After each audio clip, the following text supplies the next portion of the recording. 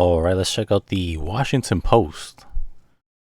For quote, looking for people to make white accountability groups. So on Friday, they dropped a podcast called The New Normal, and the segment is titled, What is White Racial Identity? Why is it so important?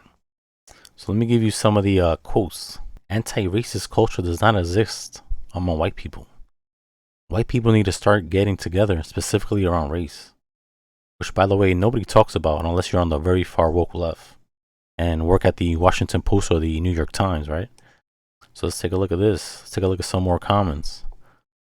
One of the counselors on the call, on the podcast, said, quote, that whites needed a period of deep shame for being white and for acknowledging the harm that our ancestors have caused.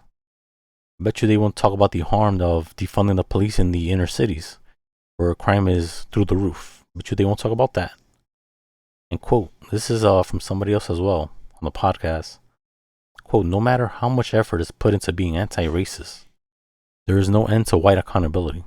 So basically, even if you do what they want you to do, they're essentially saying it's not enough. And so, I mean, this is such a joke, but let me show you one of the comments because I think it kind of speaks for itself. Somebody on Twitter wrote, quote, it's like a bizarre new religion. They have their own language, their idea of original sins, whiteness, and seeking redemption through doing the work. To understand race issues, it's a disconnect from the reality 99% of Americans live in, which is so true, man. Nobody ever talks about this stuff except, outside of the MSNBC, CNN, New York Times, and the Washington Post. What do you think about the Washington Post calling for a, quote, white accountability groups? So let me know in the comments below what you think, and I'll see you in the next one.